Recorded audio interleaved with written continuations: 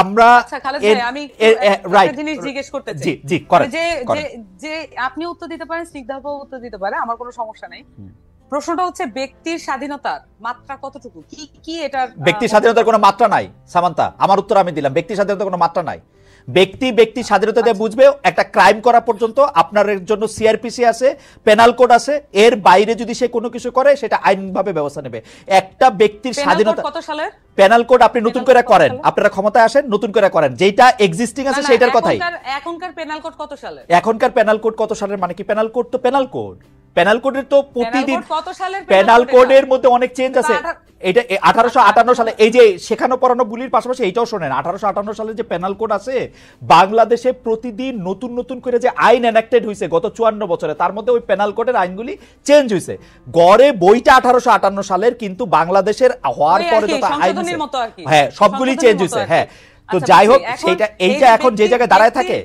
আপনি যে উত্তরটা দিচ্ছেন এটা কি মানে যে ব্যক্তি স্বাধীনতার যে সংজ্ঞাটা আপনি দিচ্ছেন, স্নিগ্ধাপা একটু সাইলেন্ট আছেন, অসুবিধা নাই, কিন্তু এই যে ব্যক্তি স্বাধীনতার যে ফরম্যাটটা বলছেন এটা কি যথেষ্ট ক্লিয়ার কাট হয়েছে কিনা? আপনার কাছে কি মনে হয়? আপনার কাছে কি মনে হয়? আমি বলছি ব্যক্তি স্বাধীনতার ক্ষেত্রে আমি উত্তর পাইনি। আপনি আমাকে আবার জিজ্ঞেস করেন প্রশ্নটা, এটা আমি আগে উত্তর দেই। ব্যক্তি স্বাধীনতার প্যারামিটার মানে এই, আপনি মাত্র আমারে জিজ্ঞেস করছেন, আমি স্পষ্ট বলছি ব্যক্তি স্বাধীনতার কোনো সীমাবদ্ধতা নাই। ব্যক্তির স্বাধীনতার সীমা হচ্ছে, ব্যক্তির স্বাধীনতার সীমা হচ্ছে একটা ক্রাইম করা পর্যন্ত। যেমন ধরেন আমার ব্যক্তি স্বাধীনতা হচ্ছে, আমি বুঝি নাই ক্রাইম করা মানে, বুঝি নাই। আমাদের খাতা কলমে যেটাকে ক্রাইম হিসেবে গণ্য করা আছে, যেমন ধরেন আমার ব্যক্তি স্বাধীনতা নাই আপনাকে একটা টোকা দেওয়ার জন্য, এই টোকাটা একটা ক্রাইম, আমার এটা ব্যক্তি স্বাধীনতার মধ্যে পড়ে না। আমি আপনাকে এটা টোকা দিতে পারবো না, কিন্তু আমি আমাকে টোকা দিলেন, আমি মনে করলাম এটা একটা ক্রাইম, তাহলে আমি কি করব? না, মনে করলেন না, আমি টোকা দিতে পারবো না, টোকা দেয়াই ক্রাইম। আমি মনে করলাম যে এটা একটা ক্রাইম, সেইটাই তো আমি তো বললাম যে টোকা দেয়া তো আসলেই ক্রাইম, আমি আপনাকে টোকা দিতে পারবো না, কিন্তু আমি নিজে নিজে রাস্তায় দ্বারা খাইতে পারবো, এটা আমার ব্যক্তি স্বাধীনতা। রমজান মাস হলো, এটা তো তাহলে তো ক্লিয়ার হয়ে গেল। মানে এই বিষয়গুলো দেখুন, আপনি আর আমি যখন আলাপ করতেছি তখন কিন্তু একটা আলাপের মধ্য দিয়ে এটা একটা মধ্যস্থতা হয়ে যাচ্ছে। কোনো মধ্যস্থতা হয় নাই, আপনি কিন্তু আমার কথা বুঝতেছেন না সামান্তা, আমার কথা বুঝতেছেন না। আমার কথা আপনি বুঝতেছেন না, আমি আর একটু ভালো করে বলি। যেমন আপনার সাথে আমি যখন আলাপ করতেছি, যখন আমরা 3 জন মিলে আলাপ করব, আমরা যখন 10 জন মিলে আলাপ করব, কোনো না কোনো বিষয় এটা মধ্যস্থতা এবং একটা কমন গ্রাউন্ডে আসতে স্বাভাবিক। কিন্তু যখন একজন লোক হাতে একটা বেত নিয়ে একজন লোককে কান ধরে উঠবস করায় তার পাওয়ার শো করে, এটার কোনো সমতা নাই, এটার কোনো আর্গুমেন্ট নেই, এটা কোনো আলোচনা না। এটা হচ্ছে একজন লোক তার পাওয়ার শো করে আরেকজন লোককে ডমিনেট করতেছে, এটা হচ্ছে এই জিনিস। তার মানে এটা পরিষ্কারভাবে এটা অন্যায়, এটা করা ঠিক হয় নাই। এবং এইটার ব্যাপারে আমি জানতে চাইছিলাম এটার ব্যাপারে এনসিপির কি অবস্থা? না এটা এনসিপির অবস্থান তো আমি বললাম, এর চেয়ে ক্লিয়ার আর কোনো মানে আপনারা দুইজনই আমাকে বেশ একটা ট্রায়ালের মধ্যে নিলেন যে আমি কোনোভাবেই এটা ক্লিয়ার অ্যানসার দিচ্ছি না। How can I be clear more than this? যে আমি বারবার বলতেছি যে এইখানে একটা লোক বারবার তাকে ডমিনেট করার চেষ্টা করতেছে, ক্লিয়ার ডমিনেশন, যেটা কোনোভাবে সমতা নাই।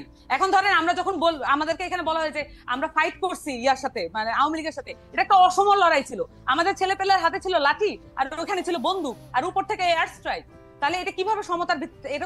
এটা তো লড়াইও না, এটা হচ্ছে পুরো খুন করার জন্য একেবারে আক্রমণ।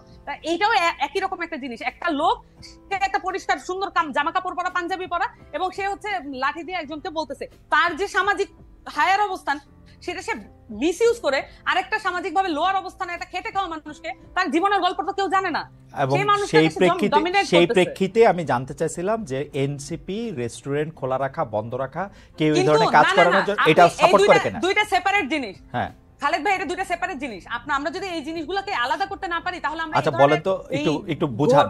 মানে এটা আলাদা জিনিস। আমি বলি, একটা জিনিস হচ্ছে যে আমি যখন বললাম যে আমি ঘটনাটা যখন বললাম যে এখানে একটা মানুষ ডমিনেট করতেছে আরেকটা লোককে এবং তাকে শারীরিকভাবে আহত করছে, এইটা একটা বিষয়, এটা আলাদা।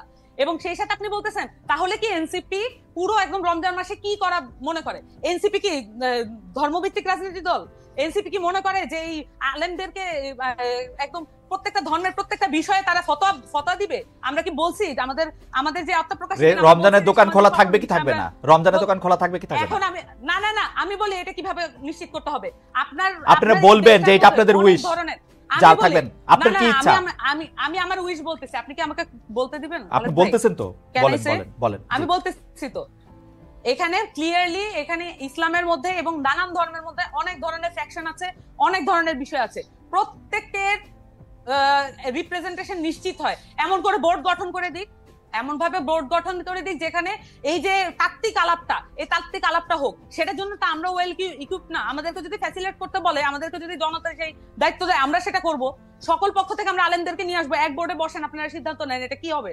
কিন্তু যে কোনো একটা পার্টি এটা হ্যাঁ না বা এটা বলে দিল, আর সেটাই হচ্ছে ওই বাংলাদেশের রুলস হয়ে যাবে। ধরেন জামাত বলছে যে এটা করা, আমি ধরেন বলতেছি জামাত বলছে এটা করা উচিত না, আমরা বলতেছি এটা করা উচিত, তাহলে বাংলাদেশের জনগণ কি করবে? কার কথা শুনবে? যে পার্টি করে সেই পার্টির কথা শুনবে। তাহলে বিভাজন আরো স্পষ্ট করি আমরা। আপনারা এটা বোর্ড করে দেওয়ার পক্ষে যারাই আলোচনা করবে এবং সেটার মধ্যে আলেমরা থাকবে। আমরা মনে করি স্পেশালাইজ যে কোনো বিষয় যখন এইটার মধ্যে আপনি মনে করতেছেন যে আমি মনে করতেছি যে এটা, আমি মনে করি সেটা আপনি মনে করতেছেন এটা স্পেশালাইজড বিষয়। আমি বলতেছি ভাই এটা স্পেশালাইজড বিষয়। আমি মনে করতেছি এটা স্পেশালাইজড বিষয় এবং এইটা আমি রাস্তায় খাবো কি খাবো না, মানে রেস্টুরেন্টে খাবো কি খাবো না, এটা স্পেশালাইজড বিষয়। রেস্টুরেন্ট এটার সাথে এটা সম্পর্ক না। এখানে দেখবেন যে রোজা অমুক তমুক অনেক কিছু নিয়ে আসছে এখানে কনসেপ্টের সাথে। আপনি যখন প্রশ্ন করছেন এখন আপনি আরো বেশি সিম্পলিফাইড করে ফেলতেছেন। আপনার প্রশ্নটা প্রথমে এটা ছিল না, আপনি এখন মানে এটাকে কম্প্রোমাইজ করতেছেন আপনি তর্কে জিতার জন্য। আমি বলতেছি যে সামান্তা লুক, সামান্তা এই যে শুনেন সামান্তা, এই তর্কে জিতা জাতীয় কথা মানে বললেন না। আপনি তর্কে জিতছেন, 100-তে 99 পাইছেন। আপনার কথা আমি বুঝতে পারছি, থ্যাংক ইউ। আমি ডক্টর স্নিগ্ধার কাছে যাই। ডক্টর স্নিগ্ধা, আমি জনাব আমি সামান্তা শারমিনের কথা আমি বুঝতে পারতেছি। তারা বলতেছেন যে এই দায়িত্ব তারা কেন নেবেন, যে এই দায়িত্ব তারা যে একটা ঘোষণা করবেন। এটা আমি বলি নাই। আচ্ছা, আবার বলেন কি বলছেন। না না আপনি থাকবে, তার মানে আমার কথা আবার রিওয়াইন্ড করে দেখা যাবে না। আপনি এটা বলতেছেন না যে এই সিদ্ধান্ত এনসিপি দিবে না, আপনি এটা বলেন নাই? আমি বারবার বলেছি এনসিপির কাছে যদি জনগণ সকলে মিলে বলুক এনসিপি এটা সলভ করতে হবে, কিন্তু তা তো না। এক একটা পলিটিক্যাল পার্টি, এক একটা জনগোষ্ঠী এক একটা পলিটিক্যাল পার্টি করে। তাহলে এই যে এতগুলো মানুষের দায়িত্ব তো আমরা যদি নিতে চাই তাহলে আমাদেরকে তো ফর্মালি দিতে হবে। তাহলে আমরা সকলকে মিলে এটা বোর্ড গঠন করে আমরা এই সমাধানগুলো দিয়ে দিই। কিন্তু আমাদের রাষ্ট্রীয় কাঠামো আছে, আমাদের ইসলামিক ফাউন্ডেশন নাই। এই সমস্যাগুলো সমাধান করা কি ইসলামিক ফাউন্ডেশনের দায়িত্বের মধ্যে পড়ে না? তাহলে আমরা যে ট্যাক্সের টাকা দিয়ে এই প্রতিষ্ঠানগুলো চালাই, তাহলে আমরা কেন ট্যাক্সের টাকাটা নষ্ট করি? ওকে, আমি আর কিছু বলতে চাই না, মোটামুটি এটা রিওয়াইন্ড করে দেখা যাবে। আচ্ছা, প্রথম কথা হলো যে ইসলামিক ফাউন্ডেশনের প্রসঙ্গটা যখন আসছে